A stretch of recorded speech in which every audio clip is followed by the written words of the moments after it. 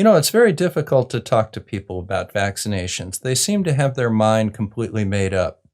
But that is a luxury that we have when we have not had experience with pandemics. Now we're dealing with COVID-19. This is a pandemic, and it's a good time to have a look at this issue again. Now, many of our parents and grandparents remember the last waves of polio in the early 1950s. There are very few people alive today that experienced firsthand our last great pandemic, and that is the Spanish Influenza of 1918 and 1919. So I thought that it would be important for us to revisit it. Many of us have had the flu in our lives. We get sick, we're miserable, we eat some chicken soup, we get better. The mortality rate for a healthy adult is less than 0.1%. It's difficult to imagine a pandemic like the Spanish flu, where 500 million people, 1/3 of the population of the world, became ill. In the 18 months that the United States was involved in the First World War, we had 53,000 combat casualties. We had 63,000 casualties due to disease. 43,000 of those deaths were due to Spanish influenza. Put this into some perspective and compare it to our seasonal flu now. One village in Alaska of 80 people lost 72 of them to the flu. Now, a couple of notes about the character of the Spanish flu. 99% of the victims of Spanish flu were under the age of 65. Over 50% were between 20 and 40 years old. Young people in the prime of their life. As a result, the average lifespan of men and women in the United States dropped by 12 years in 1918. This was at a time before women went into combat, and you may be able to try and explain away the drop in the average lifespan of the young men due to combat deaths. But notice that women also dropped the same 12 years. In 1918, medicine was very different than it is today. While many doctors did understand that bacteria led to disease, viruses were very poorly understood. Antibiotics were, for the most part, not available. The cold hard truth of the matter is that public health in the late 19th century and early 20th century was primarily directed at protecting the more affluent members of society from the diseases of poverty and immigrants. When confronted with a major outbreak of disease, the primary strategy was one of masks and social distancing. And even with our better medical care now, masks and social distancing are still the first line of defense against pandemics. Our trips outside the house are only for necessities and quite infrequent, but we do read the local newspapers online and see the TV news. We hear spring breakers talking about how they'll continue to party until they can't party anymore, and they're not worried about catching the flu. Recently, there was a letter to the editor complaining about the cancellation of the Final Four because of this coronavirus. He felt that it was an inconvenience to him, and he didn't really worry about catching the flu. He'd do fine. Because of this lack of concern, I think it's a good time to revisit the pandemic of 1918-1919. We'll see the mistakes that were made then and see how we're trying to correct those mistakes now. How the flu spread amongst the training camps in the heartland of America and then was transferred with the troops to the front lines of Europe and from there spread throughout the world. Now, the first wave of the Spanish influenza was known as the 3-day fever. It was a very contagious disease and sickened many people, but didn't kill that many. But it did tie up support personnel and decreased the available manpower and actually interfered with combat operations in the summer of 1918 for the American Expeditionary Force. But by July and August, it seemed to be dying down, and the medical officers in the Army and the Navy breathed a sigh of relief. Then the flu virus does what flu viruses do. It mutated, and it became an extremely virulent form and went back from Europe to the United States. Camp Devon was a military facility about 35 miles northwest of Boston. This is where the troops went that arrived in Boston. On September 1st, the 1,200-bed hospital at Camp Devon's had 84 patients. On September 7th, a soldier was admitted with delirium and very high fever. At first, he was thought to have meningitis. Within a day, 12 more of his barracks mates were admitted with similar symptoms. The evaluation for meningitis came up negative, and they were re-diagnosed with influenza, but of a very severe form. Dr. Roy Grist, a physician at the hospital at Camp Devens, described the typical patient. They would come in with signs of severe flu. They would be at times delirious. They had such severe body aches that they thought it may have been dengue fever, also known as breakbone fever for obvious reasons. Within 2 hours, they would develop a very severe pneumonia and start coughing up a bloody, frothy sputum. Then, as their lungs filled up with fluid, their oxygen levels would drop, and they would become cyanotic. They would turn blue. Death would follow within a few hours. At the height of the outbreak at Fort Devens, 1,500 soldiers a day were reporting sick, and they were having more than 100 deaths every day. Within a couple of weeks, the hospital at Fort Devens, which was built for 1,200 patients, had more than 6,000 soldiers. All the hallways were filled with cots, and the medical staff, the doctors and the nurses, began to sicken as well. Eventually, they had to close the hospital, and soldiers that became sick had to remain in the barracks. Camp Devens was put on quarantine in an effort to stop the epidemic. However, a group of officers traveled from Camp Devens to Fort Grant in Illinois, bringing with them the influenza. Within days of their arrival, Fort Grant was also experiencing an epidemic of patients with similar symptoms. However, Camp Grant was not immediately put on quarantine as well. A train carrying 3,000 soldiers left Camp Grant and traveled to Augusta, Georgia, stopping at towns along the way on the 1,000-mile trip. By the time the train arrived in Augusta, Georgia, 2,000 of the 3,000 soldiers on the train required hospitalization.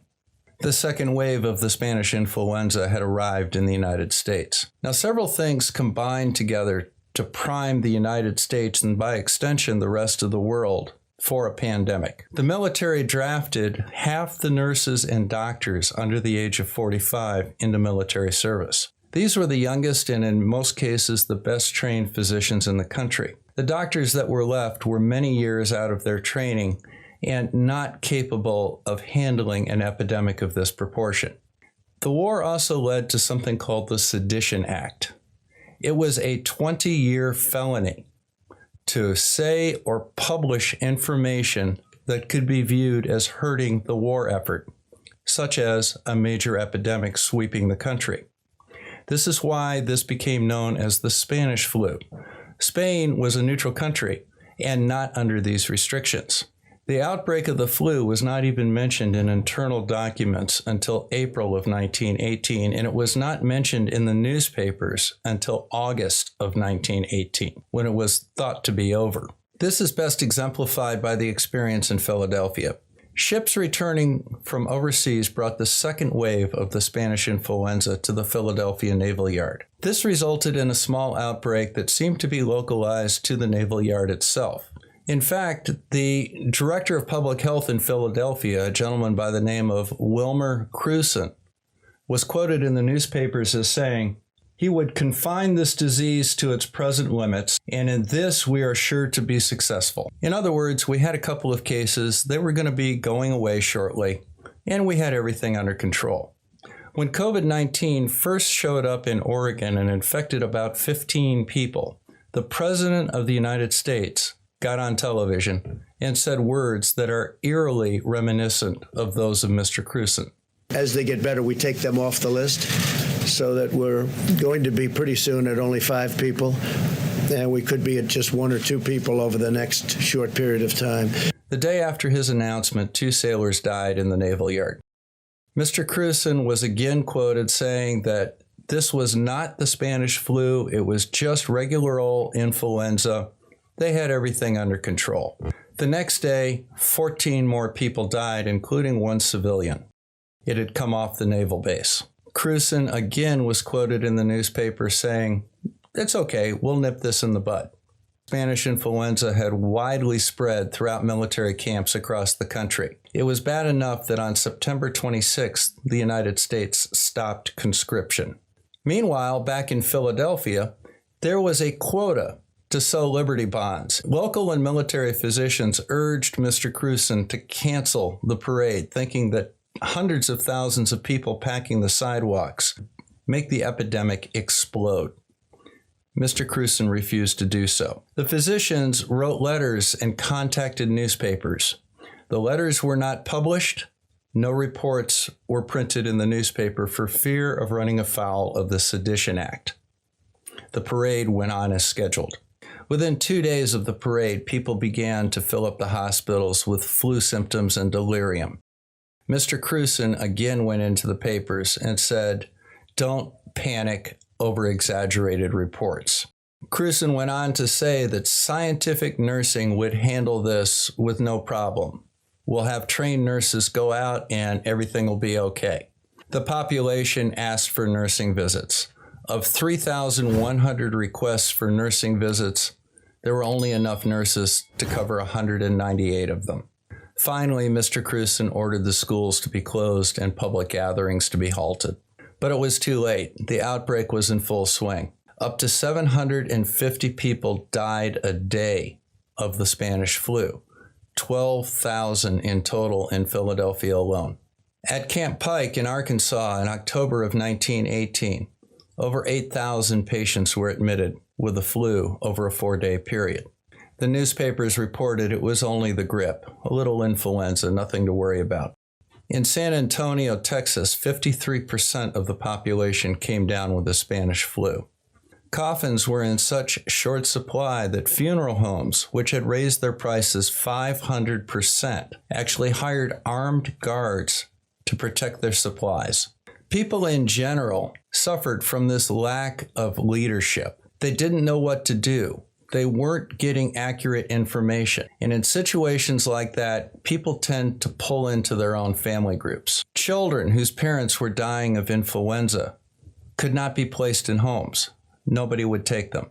Calls for volunteers to bring food to people went unanswered. People starved because they were too sick to cook, much less go shopping.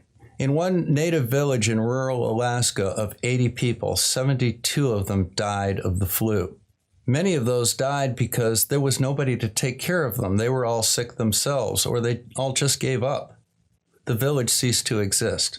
They were all buried in a mass trench. Back in Philadelphia, the bodies would stack up. There was nobody to come take them away. Finally, local clergymen would get horse-drawn wagons and go through the streets calling out for people to bring out their dead, reminiscent of the Black Death of the Middle Ages. Individual burials had long since ceased, and the bodies were put in large trenches. The need for medical services was so overwhelming that they actually had medical students running wards in hospitals. I found this rather alarming because the other day, Governor Cuomo in New York signed a bill allowing senior medical students to begin practicing to respond to the COVID-19 emergency in his state. These are echoes of the Spanish influenza. This series was originally done approximately a year ago, just a few months into the recent pandemic with COVID-19. Since that time, the situation has changed considerably. We have over 3,300,000 deaths worldwide. Looking at the Spanish influenza is insightful because there are similarities between COVID and the Spanish influenza. Notice we had an initial peak shortly after the disease first came in January. Then we had a large second peak, and now we're in the process of a third peak.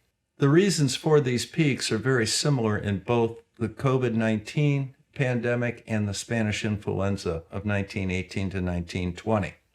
It has to do with virus mutation and variants. It has to do with travel patterns. And it has to do with the public response to public health. In our next episode, we'll have a look at the influenza virus, the biology of the virus itself. Then, in subsequent episodes, we will look at the first, the second, and the third wave of the Spanish flu. And then we'll finish it all up with a summary of public health. So until then, this is Dr. Bob signing out from Northern Michigan. Thank you very much for joining us. I'll see you in the next episode.